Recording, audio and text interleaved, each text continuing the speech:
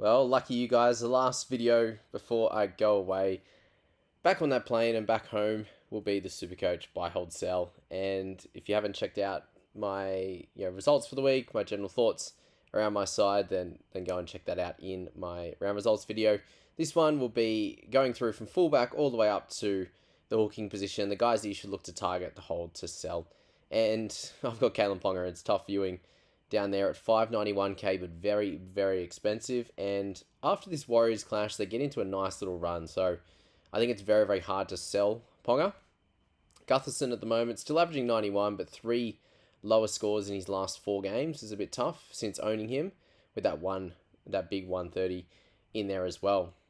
Pappenhausen I do own, and he's a very clear hold. And the question this week's going to be, is he going to be kicking goals? And he's actually only missed 1 in the last 3 weeks, and he kicked 15 goals the first 2 weeks and didn't miss 1 and just missed the 1 last week. So hopefully he does kick again.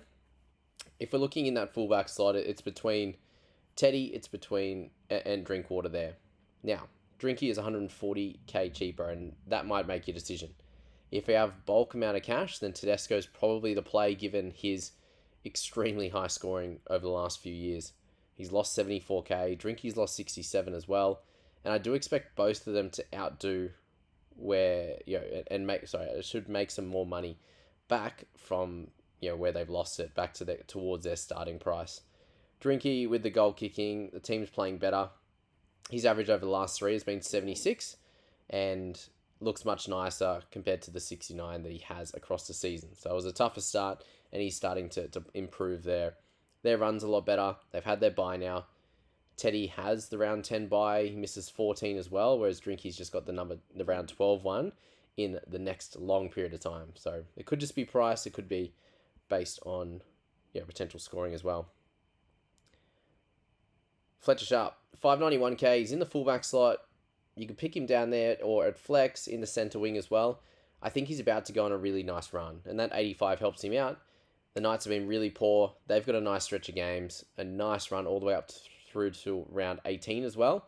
So Fletcher Sharp should be great for your sides, and he is the cheaper option that I think you should potentially look at. Dylan Edwards at 779. You're going to get a good couple of weeks out of him, but he's likely to be the Origin fullback, so that makes it a little bit tough there with picking him. Similar to with Latrell, like you could probably get a couple of good scores out of him, but he's lost 103k already and has the 25 in the rolling average, so it's very hard for him to actually make some money off that. You'd be buying him purely for points. Turbo feels like a bit of a tough one to buy at this price, given he's got the low score in his rolling average. He's coming back from a knee injury. I think you can easily hold off on him. Walsh is a sell, and I think it might be easier to get to Fletcher to potentially Drinky from him. I think that's the play there. Leo Hopewadi, if you have him in that slot or in centre wing, he can be a hold as well. And Yongi, if you do own him, I think he's an easy hold, given his score on the weekend and just him and the squad looking much better since Moses come back on the weekend. So that's fullback. It's a pretty fun one. There's a bunch of guys doing well, but to be honest, less than normal, that position as a whole. Now looking at my centre wings there, we've got Jenkins, who I think is a sell. Well, you could hold a sell, that's fine, but I think he's a sell. He can be a sell. Shibasaki a sell. Tamale probably a hold. Purdue, last chance to buy. Rob Toya probably more a hold. Greg Marzu a clear buy. Garrick in the hold, getting closer to a buy. I think next week he's going to be, after their buy, he'll be even cheaper. So he's a good one to have a look at. And in terms of other guys to think about in this position, it's the battle of the guns. It's Herbie or it's Karaz. Herbie, I think, will be better long term for games played. Where with Karaz, I think he's a chance for Origin, and he does miss a couple of games there. Yeah, they both miss round 13, so that doesn't make much of a difference. But I do think Karaz probably has a decent chance at Origin. So he has more upside as well. Farnworth seems to be more consistent, but Karaz has the more tons in his game. So that's the interesting part between those two. But do make sure you do get Greg Marzu before all of those guys. On the cheapy landscape, you've got Billy Smith at 317k. You've got Horodi, who I think if you didn't buy last week, you probably go for Smith instead. It's probably the way I'm going to personally go. I think that he's obviously got more runway in the side. If he happens to keep his spot, he can help us out through the bye period as well. So that's the Billy Smith call. Dylan Lucas does return. Can you get on him this week? I think it's more of a chance. You should be more of a chance to get him in Supercoach than you are in fantasy there, just because the prices have already changed, whereas they haven't here in Supercoach. So that's where you would. But I also think if he comes out and gets a 60, he's not going to go up a ridiculous amount of in price there. He'll get closer to 670, 680, that type of range with a decent score, but it doesn't make him out of reach, and he hasn't gone big tons as well to make him go up too quickly. So it's a tough one. Just with hammies, you don't want to rush that type of stuff and bring them in and then they get injured straight away. Val Holmes, 65. I just think he's a little bit below the Carraz and Farnworth play at the moment, but yeah, a really good player as well. Bradman Best, he has some upside in their team. Fletcher Sharp, very similar. If you want to pick any of those two, that can do a good job for you. Nwangani Tawaze at 545 moves to the wing, and listening to a few people, they seem to think that he'll do really well or get plenty of runs, which I think he will. It's just the fact that they've gone left a lot more than right, and he was the beneficiary of them going left. Will they change now that he's moved to the right? They had Dom Young was a weapon out there as well that they could use, and Rob Toyer's only just scored his first try. So it's an interesting situation on that right-hand side and how it's going to fit, but I do think Mark is a good purchase if you want to go there in that mid-range there. Other guys you'd want to look at, really it's just those holds that we've been talking about. There's not too many others that are clear buys at cheaper price points. You can see they were getting down into the low 50s averages. From that point, guys like Jack Howarth, the clear sell with the injury, and Adam Dewey, it's probably just a hold at this point. You can sell if he's in your center wing, but if he's in your 5'8" slot, just like myself, buying him this week with JC being out, I've made a bit of a mistake there, but we'll cut myself some slack being away. But yeah, that's the center wing position. A really fun one. There's a few guys that are doing well. Marzu, Purdue, the lower break-even type guys in the 500s that you need to target first. 5'8" is really tough. It's really Burton. I think at this point that you want to target, I think Munster will have a good bunch of weeks, but do you want to hold him through the bye period? Maybe. But Matt Burton is the play. Down 27k, nothing crazy, but he'll have another big break even this week, and then he'll start to turn around. I think he'll start to score really well from this week onwards anyway. So there's that. There's Tom Dearden for this little run before potentially Origin, most likely Origin, that you might want to look at as well. So 5'8" is really, really tough. You got Trindle in there as well, but he's just okay. The good thing is he's very cheap if you wanted to go there. And Dylan Brown potentially from next week, or Galvin, you can see how that one goes as well. In the halfback slot, it's getting very, very interesting this week. You've got Mitch Moses with a 98. Well done to him. He's on the bye, but Cleary at 695. I think you need to have him for the next 3 weeks there. It's a bit tough that it's only 3 weeks because he then misses 2, but he's very important. Nico Hines is now at 637, and it feels like he's about to explode a little bit. When I say explode, probably average 80 or 75, something like that, to get him back up in price, and can be very helpful for round 12 as well. So I'm potentially looking at him this week. And then the last guy in the halfback slot I think you need to look at is Jerome Hughes.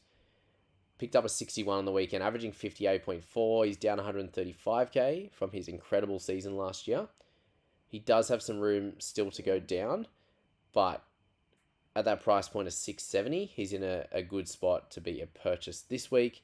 He could easily be a buy in round 11 or something like that as well, if you were to be selling Cleary in that time. So that's the half slot. The second row forwards is less appealing right now. Like guys like Preston are really, really good purchases, and I'm glad I do own him. Eli Katoa a bit frustrating with that 37 last week. Dylan Lucas can cover that spot, and Huddy Young's been the guy. So if you owned him, awesome, but I find it very tough to buy him at 823, especially when you've got guys like Tino averaging 9 points less than him for 200k less. If you don't have him, you've got Kickout doing well, but not as good last week. Couchman flying at the moment. Probably wouldn't buy Crichton or Watson at this time, or Isaiah Yeo. Olakuatu's getting cheaper. I think we want to wait a little bit further. Like, he's just not playing very good at the moment. You also have Fafita that could be a purchase in the next couple of weeks if he gets back into the starting side. Thomas Cant is also in a position where you probably hold the one more week, see what happens. Kaipi's Paul could be a purchase in the mid 500s. Nafahu White, well done to anyone who did hold. I did not myself. Wong, you want a little bit of a better score. Nikora, you want to see something, a little bit of improvement, to be fair, from him over the next few weeks before you look to buy, I think.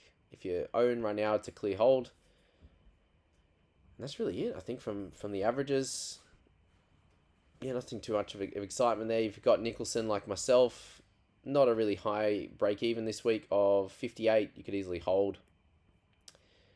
Dylan Egan, we want to see him starting if we do play him again. Horsburgh, 55 break-even's fine. You can hold for a bit. If you want to sell, that's okay as well, but I feel like we've probably got bigger fires to have a look at there. Preston's break-even's not crazy high either, but he's in a position to continue scoring well, I think. Now let's move to front row forward. Haas, Tino, May, what a combo. Most people should be in a similar position to this. Tarpany with the lower one, that'll be in his little runway for a bit. Adam Finnell-Blake, 76, got that try. He'll be someone that I think we look at over the next few.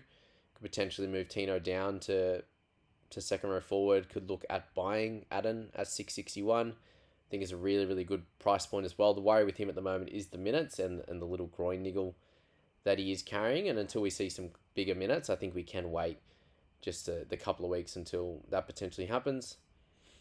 Aaron Clark, solid work from him, but not a real Supercoach option at the moment. A little bit more in fantasy with those, just the general base stats that you want.